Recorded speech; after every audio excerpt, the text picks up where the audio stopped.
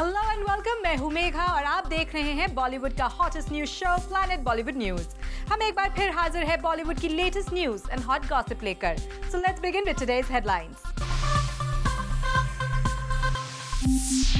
अजय देवगन कैसे शाहरुख खान से पैचअप करने की कर रहे हैं तैयारी, बताएंगे आज की टॉप स्टोरी में। सोनाक्षी सिन्हा से फिल्म बुलेट राजा के मेकर्स क्यों हैं नाराज।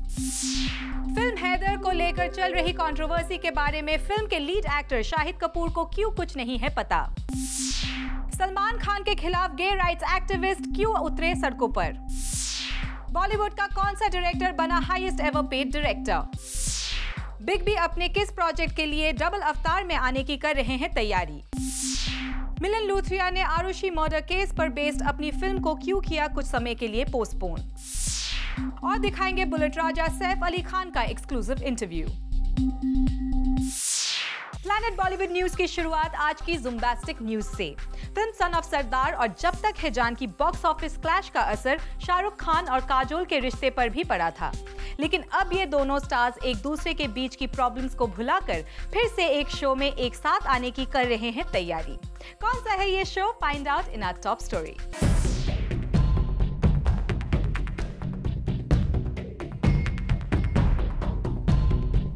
अजय देवगन ने बॉलीवुड में अब तक किस किस का नाम भूलने की दुआ की, ये तो वही जाने। पर जब तक है जान, वो शाहरुख खान का नाम नहीं भूल पाएंगे। लेकिन अब जिस खबर के बारे में हम आपको बताने जा रहे हैं, वो पिछले साल दिवाली पर अजय और शाहरुख खान की फिल्मों के बॉक्स ऑफिस क्लैश से भी बड़ी है, क्योंकि रिपोर्टेडली शाहरुख खान और अजय देवगन की वाइफ काजोल के जल्द ही स्क्रीन पर साथ आने की खबर लगभग कंफर्म हो गई है। सुनने में आया है कि काजोल और शाहरुख खान की जोड़ी को दोबारा पर्दे पर लेकर आ रहे हैं करण जौहर। लेकिन फिलहाल करण ये काम बड़े पर्दे यानी किसी फिल्म के लिए नहीं, बल्कि अपने चैट शो के लिए कर रहे हैं। और इससे भी ज्यादा गौर करने वाली बात यह है कि इंडस्ट्री में करण ही शायद ऐसे इकलौते होस्ट हैं जो ऐसे गेस्ट को अपने शो में एक साथ लाने की काबिलियत रखते हैं जिनका साथ आना नामुमकिन लगे। लेकिन खबर है कि काजोल ने एक्सेप्ट कर लिया है करण के शो में शाहरुख के साथ आने का इनवाइट। वैसे काजोल के लिए करण जौहर का इनविटेशन एक्सेप्ट करना कितना मुश्किल रहा होगा, इसका अंदाजा आप पिछले साल नजर आई अजय की इस नाराजगी से भी लगा सकते हैं। I had asked Kajol that if you're invited you must go, and she wasn't very sure and she was in a dilemma, but that dilemma was cleared very nicely by her not being invited. I want to say this on record that she was not invited. As her husband, I'm making an announcement that she was not invited. पिछले साल अजय की ये नाराजगी तब सामने आई थी जब son of सरदार और जब तक है जान के बीच ज्यादा स्क्रीन्स की लड़ाई के बीच यशराज की तरफ से काजोल को अपनी फिल्म की स्पेशल स्क्रीनिंग का इनविटेशन ही नहीं भेजा गया था, जबकि उसी स्क्रीनिंग में यशराज फिल्म्स की पिछली तमाम एक्ट्रेसेस को इस स्क्रीनिंग का इनवाइट भेजे जाने की खबर आई थी। हालांकि कई मामलों में पिछले साल के बॉक्स ऑफिस क्लैश का मामला अजय देवगन और शाहरुख के बीच का सीधा क्लैश न होकर अजय और यशराज फिल्म्स के बीच की लड़ाई बन गया था। लेकिन इसके बावजूद शाहरुख खान और अजय देवगन के बीच चलती आई तनातनी से इनकार नहीं किया जा सकता। और अब जब करण के शो में मामला शाहरुख के साथ काजोल की जोड़ी बनाने का बन रहा है, तो उम्मीद की जा सकती है कि स्क्रीन पर शाहरुख और काजोल की जोड़ी को पसंद करने वालों को तो करण की तरफ से तोहफा मिलेगा ही, साथ ही हो सकता है करण शाहरुख और अजय के बीच की इक्वेशन को लेकर कुछ मसालेदार बातें निकालने में कामयाब हो जाएं। Bureau report, Zoom, Mumbai. Sonakshi Sinha की फिल्म बुलेट राजा के मेकर्स उनसे है काफी खफा। क्या है इस फिल्म के मेकर्स की सोनाक्षी से नाराजगी की वजह? Find out in our next story. You're present with the concerned people for the particular film that you're promoting, so I think I'm managing fairly well, if I would say so myself. Actress Sonakshi Sinha ने film bullet राजा के promotion के दौरान साफ साफ कहा था कि वो अपनी दोनों फिल्म्स आर राजकुमार और बुलेट राजा के प्रमोशन को अच्छी तरह से हैंडल कर रही है और उन्हें अपनी दोनों फिल्म्स को प्रमोट करने में कोई दिक्कत नहीं आ रही। लेकिन सोर्सेज की माने तो सोनाक्षी को भले ही अपनी दोनों फिल्मों के प्रमोशंस को लेकर दिक्कत नहीं आ रही है, लेकिन फिल्म बुलेट राजा के मेकर्स सोनाक्षी की फिल्म आर राजकुमार को ज्यादा प्रेफरेंस दिए जाने से नाराज है। दरअसल कहा जा रहा है कि जहां सोनाक्षी ने फिल्म आर राजकुमार के प्रमोशन के लिए इस फिल्म के मेकर्स मेकर्स को अपने पूरे 20 दिन दिए हैं, वहीं सोनाक्षी ने बुलेट राजा के मेकर्स को सिर्फ 4 से 5 दिनों का वक्त दिया है। और यही वजह है कि फिल्म बुलेट राजा के मेकर्स सोनाक्षी से खुश नहीं। वैसे इन दोनों फिल्म के प्रमोशंस पर नजर डालें तो अब तक फिल्म बुलेट राजा का सिर्फ एक फुल फ्लेज्ड इवेंट हुआ है, जहां फिल्म की पूरी स्टारकास्ट नजर आई है। वहीं आर राजकुमार के मेकर्स ने तो 5 प्रमोशनल इवेंट्स की झड़ी लगा दी है। और यहाँ सबसे खास बात है कि आर राजकुमार के हर प्रमोशनल इवेंट पर सोनाक्षी सिन्हा जरूर नजर आई है। ऐसे में सोर्सेज से आ रही ये खबर कि सोनाक्षी सिन्हा आर राजकुमार को बुलेट राजा से ज्यादा प्रेफरेंस दे रही है, ये पूरी तरह से गलत नहीं हो सकता। स्टिल इस मामले में हमें सोनाक्षी सिन्हा के ऑफिशियल वर्जन का इंतजार रहेगा। For Chetna Singh, zoom, Mumbai. Big B ने अपने रियलिटी शो के फिनाले को मजेदार बनाने के लिए की है कुछ खास प्लानिंग, और बिग बी के इस प्लानिंग के डिटेल्स हम आपके लिए लेकर आए हैं हमारी इस खास रिपोर्ट में। बिग बी अपने क्विज रियलिटी शो के फिनाले को ग्रैंड बनाने में कोई कसर नहीं छोड़ना चाहते। यही वजह है कि अपने शो के फिनाले में बिग बी ने ऑडियंसेस को अपना डबल अवतार दिखाने की ठानी है। आप भी देखिए इस पिक्चर को, जहां एक तरफ बिग बी अपने यूजुअल अवतार में नजर आ रहे हैं, वहीं दूसरी ओर सर पर गमछा बांधकर धोती कुर्ता पहनकर बिग बी ने अपनाया है लल्लन भैया का अवतार। बिग बी अपने लल्लन भैया के इस अवतार से लोगों को एंटरटेन करने की तैयारी कर रहे हैं। साथ ही लल्लन भैया के साथ बिग बी कौन बनेगा महाकरोड़पति भी खेलेंगे। यही नहीं, लल्लन भैया बिग बी के आइकॉनिक सॉन्ग जुम्मा जुम्मा पर परफॉर्म भी करेंगे। बॉलीवुड में अब डबल रोल वाली फिल्म्स काफी कम देखने को मिलती हैं। ऐसे में टेलीविजन पर बिग बी को डबल अवतार में देखकर ऑडियंसेस को पुराने जमाने के बॉलीवुड फिल्म्स की याद आ जाएगी। For Rudrani Chattoraj, zoom, Mumbai. Shahid Kapoor star of film Haider को लेकर खड़ी हो गई है एक बड़ी कंट्रोवर्सी, और इस फिल्म के खिलाफ कश्मीर में चल रहा है प्रदर्शन। लेकिन फिल्म के लीड एक्टर शाहिद कपूर को इस बारे में कुछ भी नहीं पता। आप भी देखिए। आज जहां हर जगह शाहिद कपूर की नेक्स्ट फिल्म हैदर के कंट्रोवर्सीज में फंसने की खबर आ रही है, वहीं फिल्म के लीड एक्टर को इस कंट्रोवर्सी के बारे में कुछ भी नहीं पता। हैदर के बारे में जो खबरें आ रही है कि कुछ शूटिंग में पंगा हो गया था कश्मीर में, क्या आपने सुना, क्या हुआ था एग्जैक्टली? मुझे तो कोई ऐसे, मैं 10 दिन शूट करके आया, कोई परेशानी नहीं थी। बाकी तो आई डोंट नो आप किस चीज़ के बारे में बात कर रहे हैं। लगता है शाहिद कपूर हैदर की शूटिंग से लौटते ही अपनी फिल्म आर राजकुमार के प्रमोशंस में इतने बिजी हो गए हैं कि अपनी फिल्म को लेकर चल रही कंट्रोवर्सी के बारे में उन्हें कुछ भी नहीं पता। यहाँ पे कुछ फ्रेंड्स जो भी कॉलेज का फंक्शन था और मेरे शूटिंग करने के वक्त ऐसा कुछ भी नहीं हुआ, so I don't know exactly what you are talking about. शायद अगर आपको नहीं पता तो हम आपको बता दें कि आपकी फिल्म को लेकर कश्मीर में कुछ स्टूडेंट्स ने प्रोटेस्ट किया था, और हम उसी प्रोटेस्ट की जानकारी आपसे लेना चाहते थे। 10 दिन शूट करके आया, कोई परेशानी नहीं थी। बाकी तो आई डोंट नो आप किस चीज़ के बारे में बात कर रहे हैं। अब ऐसे में हम चाहेंगे कि शायद आप जल्द से जल्द अपनी फिल्म के डायरेक्टर विशाल भारद्वाज से बात करें, वही आपको इस पूरी कंट्रोवर्सी के बारे में बता पाएंगे। For Chetna Singh, zoom, Mumbai. ऋतिक रोशन की फिल्म शुद्धि की शूटिंग जनवरी 2014 की जगह अब जुलाई 2014 में ही शुरू हो पाएगी। क्यों इस फिल्म की शूटिंग को लगभग 6 मंथ्स के लिए किया गया है postpone? Let's find out. Hrithik Roshan की अपकमिंग फिल्म्स के मेकर्स की परेशानी खत्म होने का नाम नहीं ले रही। पहले ही ऋतिक रोशन की इंजरी की वजह से फिल्म बैंग बैंग और शुद्धि की शूटिंग स्केड्यूल कई बार पोस्टपोन की जा चुकी है, और अब सुनने में आया है कि एक बार फिर इन दोनों फिल्म्स की शूटिंग लंबे समय के लिए डिले हो सकती है। दरअसल ऋतिक को रह रहकर सर में जोरों का दर्द हो रहा है, और इस दर्द से छुटकारा पाने के लिए ऋतिक ने यूएस जाकर इलाज करवाने की ठानी है।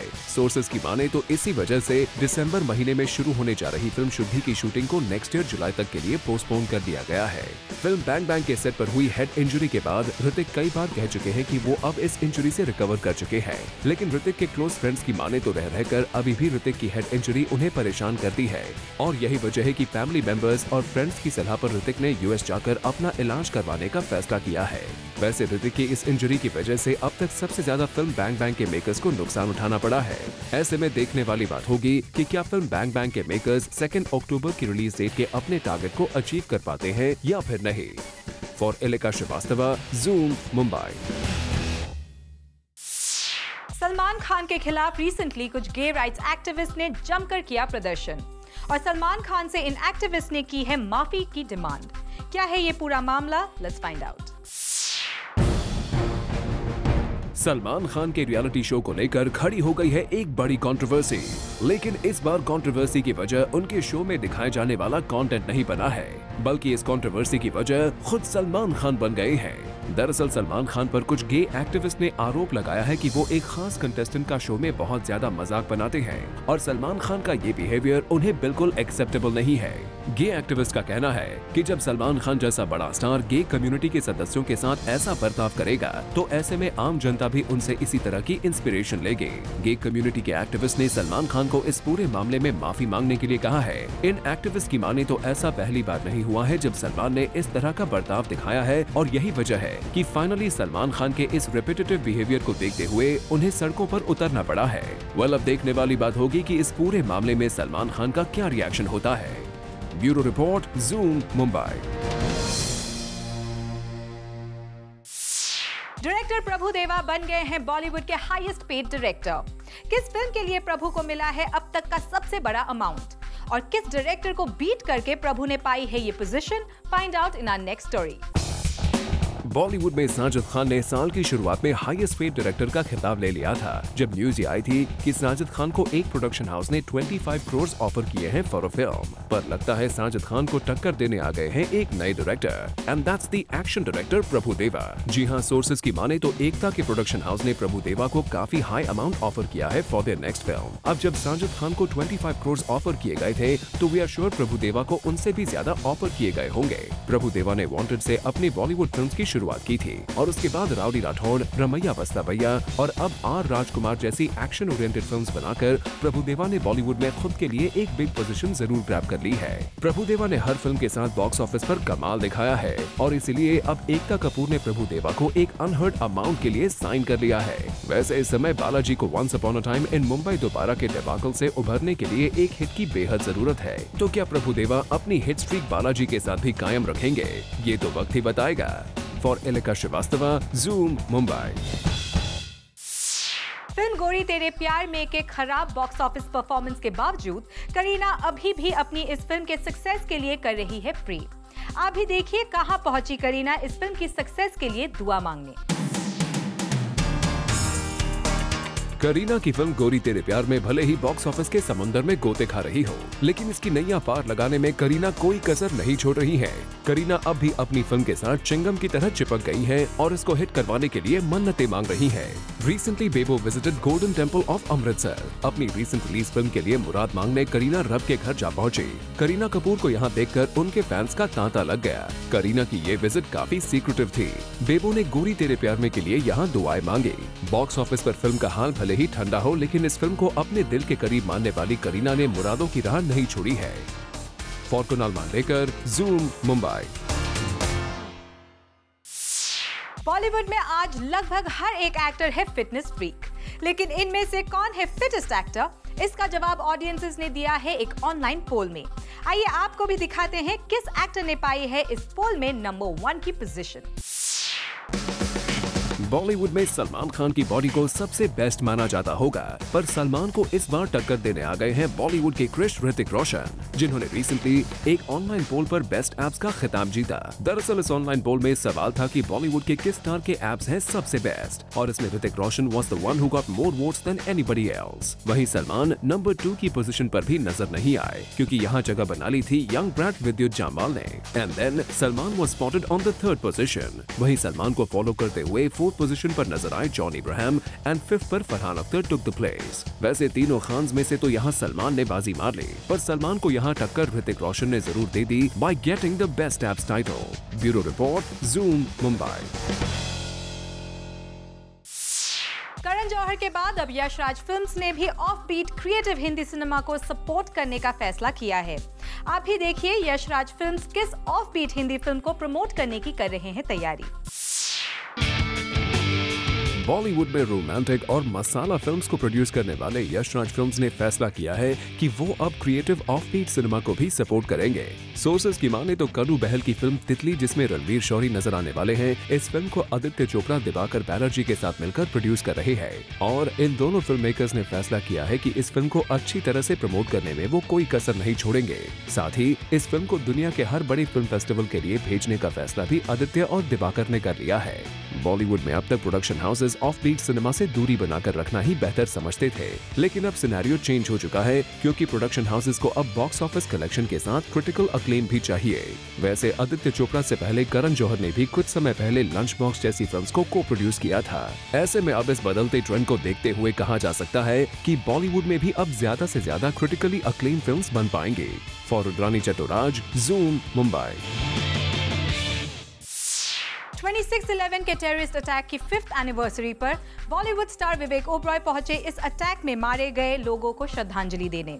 साथ ही विवेक ने मुंबईकर्स के जज्बे को किया सलाम। Take a look. 26 November 2008 is a date that will never be forgotten by Mumbai and India. इसी दिन 5 साल पहले आतंकवादियों ने मुंबई को हिलाकर रख दिया था, लेकिन इससे हमारी हिम्मत कम नहीं हुई थी और 5 साल बाद इसी जज्बे को सलाम करने आई मुंबई की कई नामी हस्तियां गेटवे ऑफ इंडिया पर। इस 26/11 मेमोरियल पर बॉलीवुड से दिखे विवेक ओबरॉय और प्रतीक बब्बर और स्पेशल गेस्ट थी द क्वीन ऑफ बेल्जियम। विवेक और प्रतीक दोनों ने ही मुंबईकरों के जज्बे को सलाम किया and they are very proud of the spirit that Mumbaikars hold on to. Having said that, I'm so glad to be here again. Some familiar faces, faces that have brought true courage to Mumbai, and true courage is the ability to overcome fear, even in the presence of fear. I'm here to support the efforts put in resolving the 26/11 issue. A great job done by our police force, and just here to be part of this initiative that is held for the innocent lives and their friends and families. And I think as a citizen, it was a great occasion for me to come and support. जो जज्बा 5 साल पहले हमने मुंबईकर्स में देखा था, वो आज भी है और शायद उससे भी कहीं ज्यादा है। इसी जज्बे को ध्यान में रखते हुए हम भी उन शहीदों को सलाम करते हैं। For Elika Srivastava, zoom, Mumbai. Planet Bollywood news में फिलहाल वक्त है एक छोटे से ब्रेक का। ब्रेक के बाद आपको बताएंगे Salman Khan star of film जय हो में एक कैमियो रोल के लिए सोहेल खान ने किस एक्ट्रेस को किया साइन। साथ ही बताएंगे मिलन लूथरिया ने आरुषि मर्डर केस पर बेस्ड अपनी फिल्म को क्यों किया कुछ समय के लिए पोस्टपोन।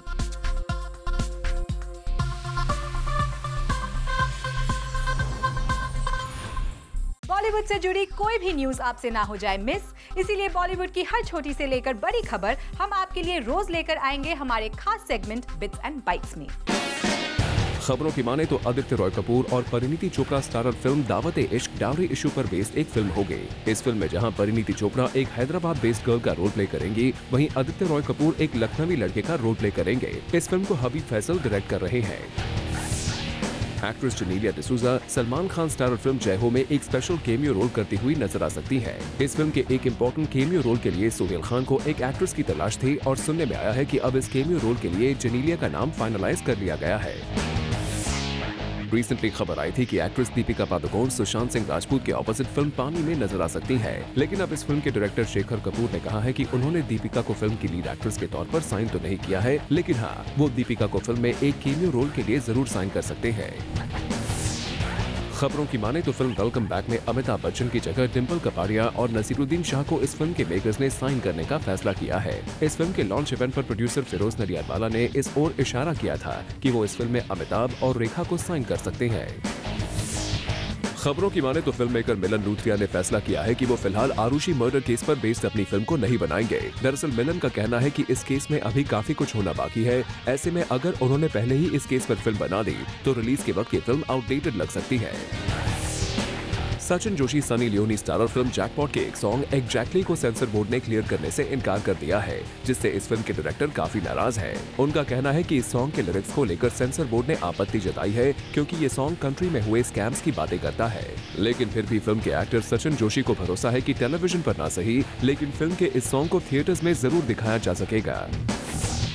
खबरों की माने तो प्रियंका चोपड़ा का international pop song in my city Hollywood film Las Vegas का हिस्सा नहीं बन पाएगा। दरअसल इस फिल्म के मेकर्स ने फाइनली इस सॉन्ग की जगह एक दूसरे ही सॉन्ग को फिल्म में शामिल करने का फैसला कर लिया है। सलमान खान के रियलिटी शो की कंटेस्टेंट एली अब्राम से सलमान खान की स्पेशल बॉन्डिंग किसी से छुपी नहीं है और अब सलमान खान के रियलिटी शो से बाहर आते ही एली ने मीडिया से बात करते हुए कहा है कि उनका सपना है कि वो सलमान खान के साथ एक फिल्म में एज अ लीड एक्ट्रेस काम करें। रणवीर सिंह, दीपिका पादुकोण स्टारर फिल्म रामलीला ने बॉक्स ऑफिस पर फाइनली 100 करोड़ का बिजनेस कर लिया है। इस फिल्म को लेकर रिलीज के वक्त से ही काफी कंट्रोवर्सी चल रही है और यही वजह है कि ऑडियंसेस को फिल्म तो पसंद आई है, लेकिन कई जगह फिल्म के बैन किए जाने की वजह से इस फिल्म के बिजनेस पर असर पड़ा है। फिल्म धूम 3 के मेकर्स ने इस फिल्म को प्रमोट करने का एक यूनिक तरीका निकाला है। इस फिल्म के मेकर्स ने फैसला किया है कि वो फिल्म के ज्यादातर सॉन्ग्स का शॉर्ट वर्जन ही रिलीज करेंगे और सॉन्ग्स का फुल वर्जन सिर्फ थिएटर्स में ही दिखाया जाएगा। साथ ही सुनने में आया है कि फिल्म के एक सॉन्ग पर अकेले सिर्फ 5 करोड़ रुपए खर्च किए गए हैं। फिल्म बुलेट राजा से सैफ अली खान देसी अवतार में वापसी कर रहे हैं। इस फिल्म को लेकर सैफ है काफी एक्साइटेड और रिसेंटली जूम के साथ एक्सक्लूसिवली बात करते हुए सैफ ने अपनी इसी एक्साइटमेंट को किया हमसे share. Hi Saif, welcome to our show. Hello. You know, looking at the promos of the film, this looks like a complete commercial film. And we also believe the title was your idea. Tell us about that. Well, we were sitting around thinking, I mean, titles are so important because they kind of sum up the whole movie and either attract you or not, according to me. So I remember Tigmanshu saying that why don't we call it Jairam Jiki, which I thought was a very unappealing title. So, you know, I said, what other titles, something? And he said, well, we're doing a film with Kangana called Revolver Rani. Right. So I said, oh, that's a nice title, you know, it should have been like Revolver Raja. So he said no, and then I said, well, why not Bullet Raja? Okay. And then everyone in the room kind of looked at each other and said, that sounds okay, cool. that sounds nice, let's go with that. And it kind of caught on immediately. So if you get a nice title, it you know, it really helps you publicize the film or talk about the film. It picks up its own energy.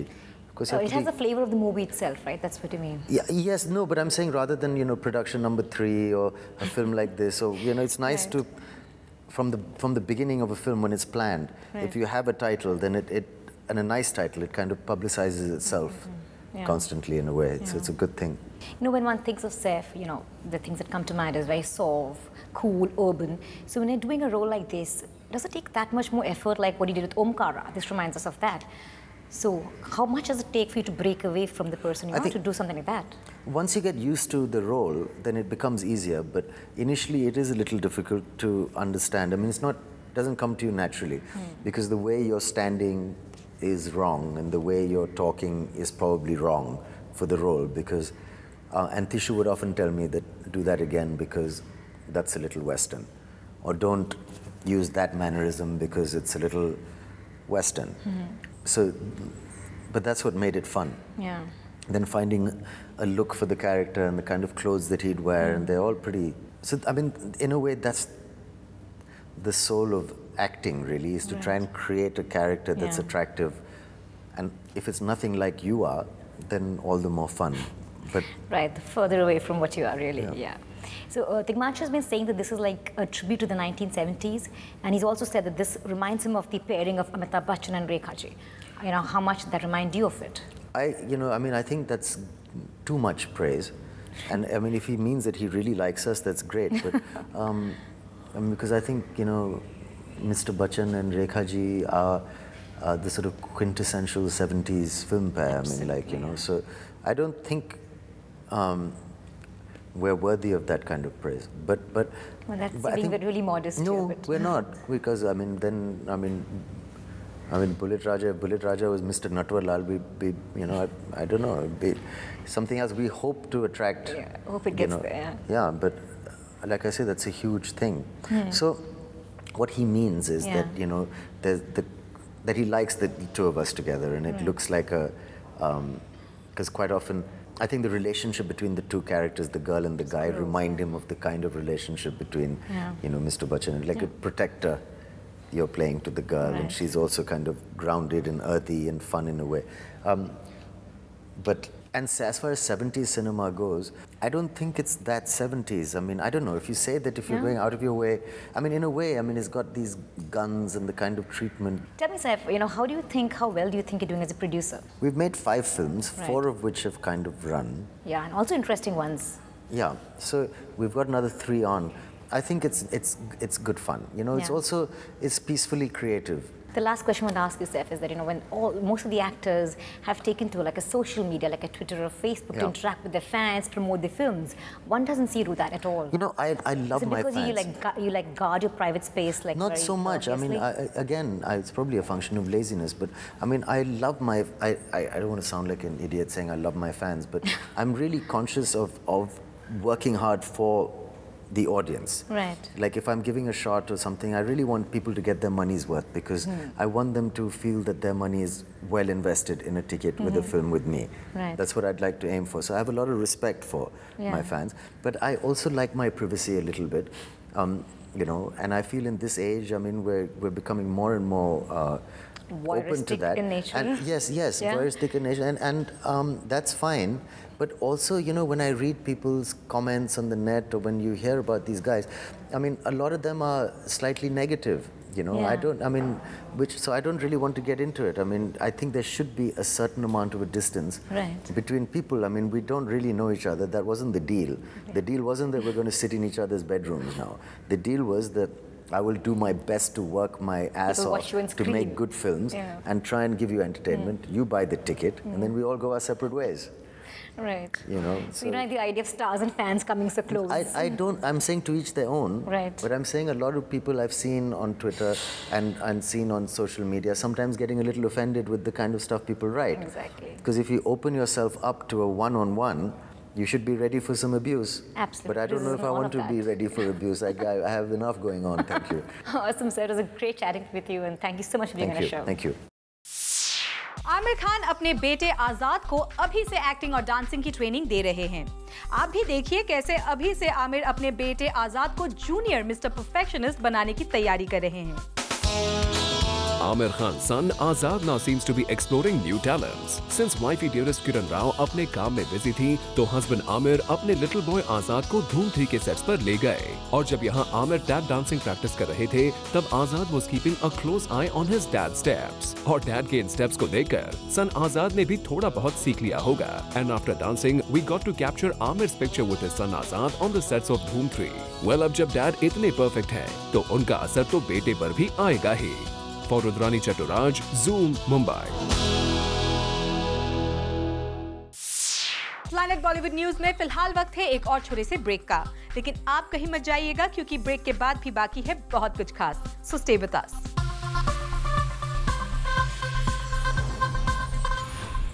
And now it's time to show you a special report. Shreyas Talpade ने कल सुभाष घई के साथ अपनी Marathi film का first look launch किया और श्रेयस से यहाँ वही सवाल पूछा गया, why all of a sudden working in a Marathi film? तो देखिए क्या था उनका जवाब।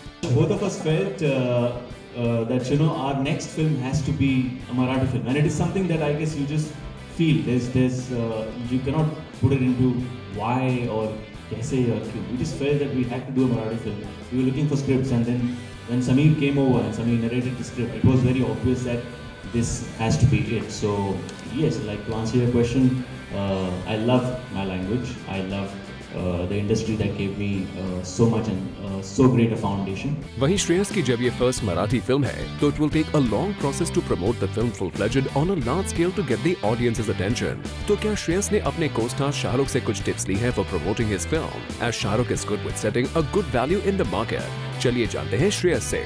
ओम शांति ओम के वक्त जो कुछ मैंने शाहरुख को करते हुए देखा, that has definitely left a very lasting impression on my mind. For me, that was a certain kind of a textbook, not only in terms of production, but also in terms of mounting your particular film, and also in terms of publicity and marketing, where we went everywhere possible and we did everything possible. And Shahrukh himself was involved in each and every little activity that we did. So, if you ask me, yes, he has been a huge inspiration in my life as far as this, not only as an actor, but also in terms of a producer. So, as far as the production goes, yeah, probably it will have some impressions of what even Shahrukh does to make sure that his films are successful at the box office. वहीं श्रेयस ने हमसे उनकी next Marathi film जिसमें वो super hero की भूमिका में नजर आएंगे, उसके बारे में भी रिवील किया। वो कर रहा हूँ मैं फिल्म, इट्स कॉल्ड बाजी, बट वो सुपर हीरो ऐसा नहीं है कि जो उड़ता हो या गिरते हुए एरोप्लेन को पकड़ लेता हो वगैरह, ऐसा कुछ नहीं करता। It's more a legendary folklore kind of a super hero, जैसा फैंटम होता है, कि वो है वही है, उन्हीं लोगों के बीच में है, बट वो सुना है कि फैंटम नाम का कोई है जो आता है और कुछ लोगों को बचाता है और के लिए कुछ काम करता है फलाना का, उस किस्म का वो जैसा जोरो है फैंटम है, उस किस्म का वो सुपर हीरो है। चलिए वी जस्ट होप कि आपके लिए शाहरुख की प्रमोशन टिप्स भी काम आ जाएं और मराठी इंडस्ट्री के फर्स्ट सुपर हीरो बनने में आप भी सफलता पाए। For Hardik Tanna, zoom, Mumbai. Planet Bollywood news में फिलहाल वक्त है एक छोटे से ब्रेक का। ब्रेक के बाद आपको दिखाएंगे आज के पूरे एपिसोड का रीकैप एक खास सेगमेंट पीबी न्यूज एक्सप्रेस में, और साथ ही दिखाएंगे हमारे ट्विटर क्वेश्चन पर क्या रहा ऑडियंसेस का रिस्पॉन्स।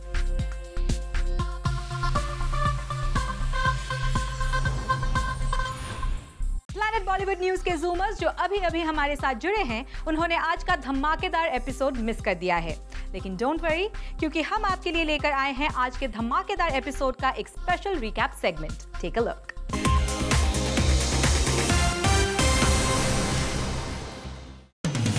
सदी के महानायक डबल रोल निभाकर एक साथ दो अलग अलग अवतार में नजर आने वाले हैं। सुनने में आया है कि बिग बी ने डबल रोल की ये माया अपने टीवी गेम शो को खास बनाने के लिए रची है। अपने शो के ग्रैंड फिनाले के लिए बिग बी ने लल्लन भैया वाले अवतार में नजर आने का फैसला किया है। इतना ही नहीं, वो लल्लन भैया वाले इसी अवतार में गेम भी खेलेंगे और बिग बी के हिट सॉन्ग चुम्मा चुम्मा दे दे पर ठुमके भी लगाएंगे।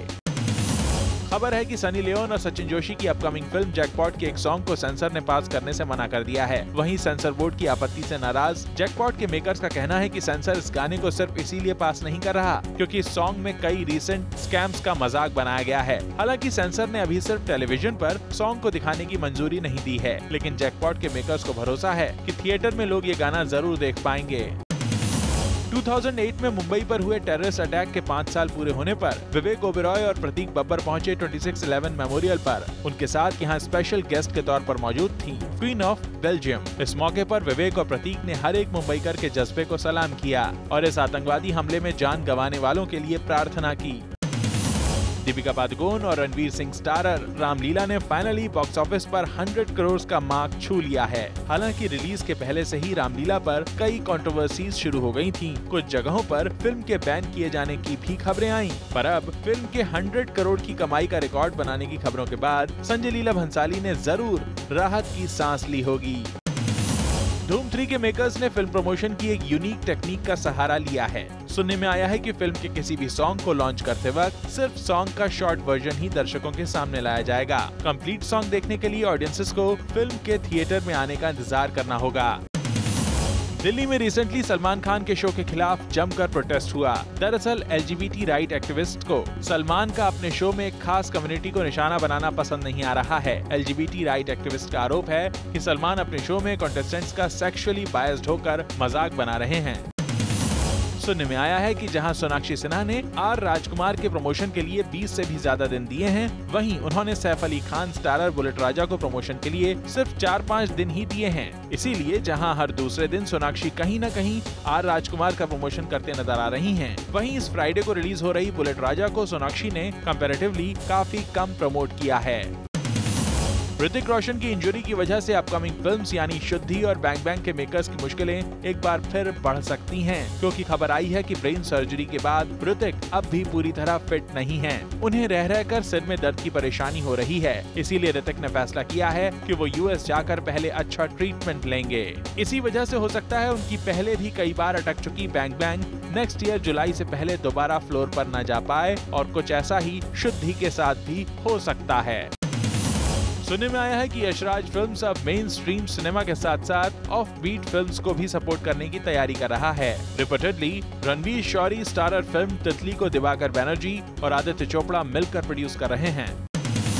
शाहरुख खान और काजोल की जोड़ी करण जौहर जल्द ही एक बार फिर पर्दे पर लाने की तैयारी कर रहे हैं, लेकिन बड़े पर्दे पर नहीं बल्कि छोटे पर्दे पर शाहरुख और काजोल की जोड़ी एक साथ नजर आएगी। रिपोर्टेडली करण जौहर के चैट शो में शाहरुख खान और काजोल एक साथ नजर आएंगे। वहीं गौर करने वाली बात यह है कि पिछले साल दिवाली पर जब तक है जान और सन ऑफ सरदार के बॉक्स ऑफिस क्लैश के बाद ये पहला मौका होगा जब शाहरुख और अजय देवगन की वाइफ काजोल एक साथ होंगे।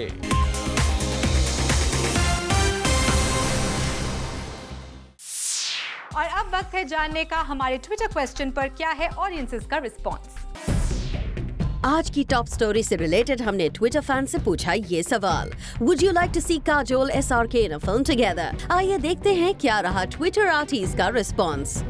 Of course I want to see. I always want to see them together. They look perfect together. Yes, only in an intense love story. I would like to see Kajol and Shah Rukh in a flick. They complement each other beautifully. Kajol is one actress that can give a hero a run for his money. Yes, they make a good pair. Their chemistry is excellent. They should definitely work together. Well, with this, it's a wrap. Planet Bollywood News में कल हम फिर लौटेंगे लेकर बॉलीवुड की और भी latest news and gossip. Till then, keep watching Zoom, India's #1 Bollywood channel.